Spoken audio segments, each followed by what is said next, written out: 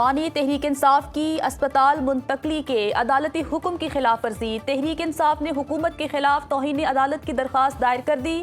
بانی کی ہمشیرہ ڈاکٹر عظمی خان کی جانب سے وکیل عزیر بھنڈاری نے درخواست دائر کی۔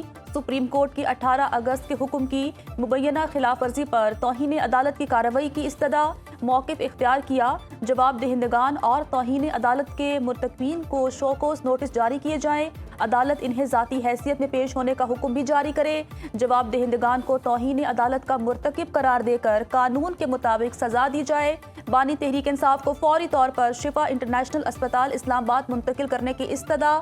بانی تحریک انصاف کا شفا انٹرنیشنل اسپتال اسلام آباد میں طبی معائنہ کرایا جائے گا۔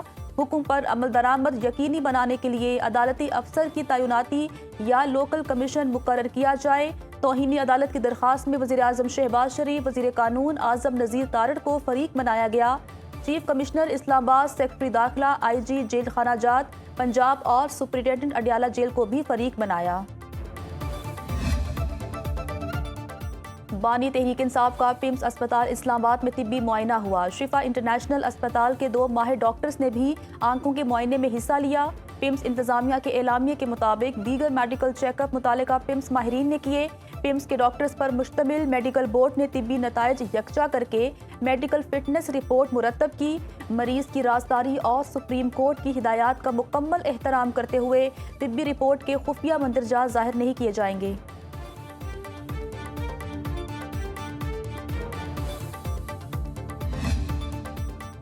وزیر اعظم شہباز شریف کا پمس میں سی ٹی کورونری اینجیوگرافی کی سہولت فعال نہ ہونے کا نوٹس، سیکرٹری اسٹیبلشمنٹ ڈویژن کی سربراہی میں انکوائری کمیٹی تشکیل، شہباز شریف کی کمیٹی کو تمام پہلوؤں کا جائزہ لے کر ذمہ داروں کا تعین کرنے کی ہدایت۔ پمس میں 2022 سے سی ٹی کورونری اینجیوگرافی کی تکنیکی صلاحیت موجود ہونے کے باوجود سہولت فعال کیوں نہیں کی؟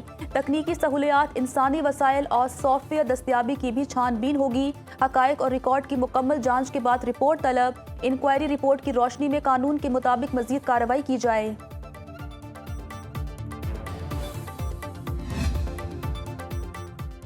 دنیا مکہ مشترکہ دفاعی معاہدے کے ذریعے پاکستان کی بڑھتی علاقائی اہمیت کی معترف۔ امریکی جریدے FPIF نے مضمون شائع کر دیا۔ 3 ملکی معاہدہ پاکستان کے لیے اسٹریٹجک وسعت، سفارتی اثر پذیری اور علاقائی توازن کی ذریعہ قرار۔ مکہ مشترکہ دفاعی معاہدہ مشرق وسطی میں علاقائی طاقتوں کے بڑھنے کے کردار کی عکاسی کرتا ہے۔ امریکی صدر کی حمایت پاکستان کے واشنگٹن میں برقرار، سفارتی وزن کی علامت۔ معاہدے نے پاکستان، سعودی عرب اور ترکیے کو نئے علاقائی دفاعی فریم ورک میں جوڑ دیا۔ معاہدے کو ایران مخالف اتحاد قرار دینا درست نہیں۔ بنگلہ دیش کا مکہ مشترکہ دفاعی معاہدے میں شمولیت کا عندیہ، پاکستان، سعودی عرب اور ترکیے کے درمیان مشترکہ دفاعی معاہدے میں بنگلہ دیش کی شمولیت کا امکان۔ بنگلہ دیشی وزیر اعظم کے مشیر خارجہ ہمایوں کبیر نے کہا، ڈھاکہ مکہ مشترکہ دفاعی معاہدے میں اقتصادی یا دفاعی فریم ورک کا حصہ بننے کے لیے تیار ہیں۔ حتمی فیصلہ بنگلہ دیش کے قومی مفادات، عالمی معیشت اور بدلتی تجارتی صورتحال کو مد نظر رکھ کر کیا جائے گا۔ پاکستان کے ساتھ تجارت اور عوامی روابط بڑھانے پر کام جاری ہے۔ سعودی ولی عہد محمد بن سلمان کی بنگلہ دیشی وزیر اعظم طارق رحمان کو سعودی عرب کے دورے کی دعوت۔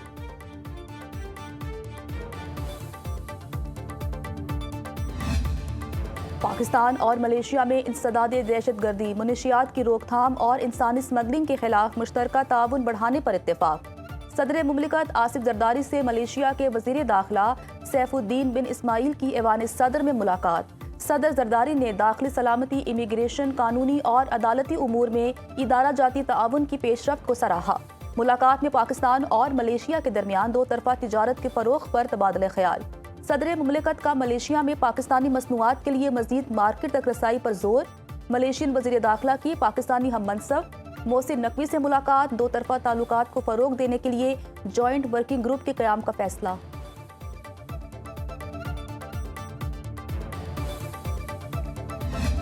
پیٹرول بھائی مہنگا ہو رہا ہے، حکومت ہماری سن رہی، غریب لوگ ہیں کدھر جائیں، کیا کریں؟ ہم تو روزگار میں پھنسے ہوئے ہیں، 400-500 کا ڈیلی کا پیٹرول آتا ہے۔ جب تک اس عوام کا یہ بالکل خون نچوڑ نہ لیں، یہ عوام کو سکون سے چھوڑیں گے نہیں۔ آگے سے ہمیں اتنے پیسے ملتے نہیں ہیں جتنے کا ہمارا پیٹرول لگ جاتا ہے، تو بڑا حالات بہت مشکل ہوتے ہیں، مشکل سے گزارا ہوتا ہے۔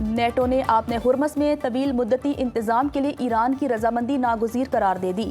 آپ نے ہرمز سے متعلق نیٹو اتحادی ممالک کا اہم اجلاس۔ اعلامیے کے مطابق نیٹو ممالک کا آپ نے ہرمز میں بحری آمد و رفت محفوظ بنانے کے لیے ممکنہ اقدامات پر غور۔ آپ نے ہرمز سے متعلق کوشش نیٹو کا باقاعدہ مشن نہیں، نیٹو اتحادی ممالک کے درمیان رابطہ اور عسکری صلاحیتوں کو یکجا کرنے میں سہولت فراہم کرے گا۔ کشیدگی کم ہونے یا ختم ہونے کے بعد آپ نے ہرمز میں محفوظ بحری آمد و رفت کی تیاری کی جائے گی۔ فرانس اور برطانیہ 1 درجن ممالک پر مشتمل اتحاد تشکیل دینے کی قیادت کر رہے ہیں۔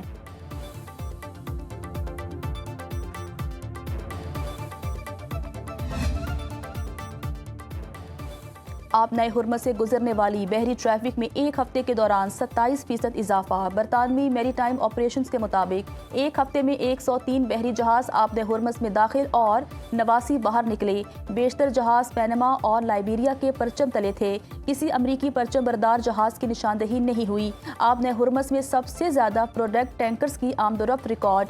80% سے زائد مایا کارگو نے عمانی راستہ اختیار کیا۔ میڈیا رپورٹس کے مطابق آپ نے ہرمز کے قریب نگرانی کرنے والا امریکی طیارہ ہنگامی سگنل جاری کرنے کے بعد غائب۔ امریکہ نے طیارے پر حملے، نقصان یا مار گرائے جانے کی تصدیق نہیں کی۔ وزیراعظم کی بارشوں اور سیلاب سے متاثرہ خاندانوں کی مالی معاونت کی ہدایت۔ شہباز شریف کی زیر صدارت مانسون بارشوں اور سیلاب کے نقصانات پر خصوصی اجلاس۔ وزیراعظم کا متاثرہ علاقوں میں بجلی کا ترسیلی نظام اور سڑکوں کی بحالی کا کام جلد مکمل کرنے کا حکم۔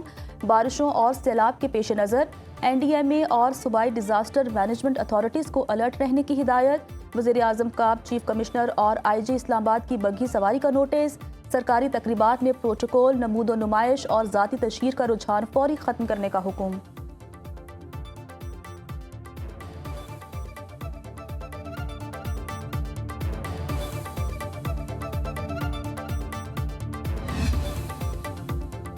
نظام مفلوج ہو چکا، انتظامی یونٹس کا قیام ناگزیر ہے۔ صوبے کی بات کفر نہیں، طریقے پر بات ہو سکتی ہے۔ وفاقی وزیر صحت مصطفیٰ کمال کہتے ہیں آئین میں صوبے بنانے کا طریقہ درج ہے۔ 27 ترامیم ہوئی، اس کا مطلب آئین میں سکم تھا۔ شہری سندھ کے کسی ایک نوجوان کو سرکاری ملازمت نہیں دی گئی۔ سندھ میں 80% لوگوں کو پینے کا صاف پانی میسر نہیں۔ پاکستان میں ہیپاٹائٹس C کے 1 کروڑ 10 لاکھ مریض ہیں۔ ہر تیسرا شخص شوگر کا مریض ہے۔ ڈسپینسریز کی توسیع کے لیے 2 ارب 86 کروڑ روپے کے فنڈز وفاقی حکومت سے حاصل کیے۔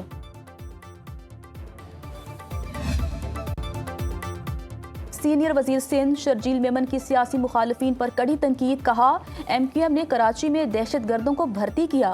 نفرت کی سیاست کرنے والی جماعتیں اپنے ہی صوبے کو بدنام کرتی ہیں۔ مسائل کو منفی پروپیگنڈے کے ذریعے اجاگر کرنا سندھ کے مفاد میں نہیں۔ MQM کے کئی رہنماؤں نے اپنی سیاسی وفاداریاں تبدیل کر لیں۔ مصطفیٰ کمال اور خالد مقبول صدیقی کی ہڑتالوں کی حمایت کی ویڈیوز آج بھی موجود ہیں۔ ہڑتالوں کے دوران شہر میں بڑی تعداد میں لاشیں ملتی تھیں۔ کراچی کو کامیاب بنانا ہم سب کی مشترکہ ذمہ داری ہے۔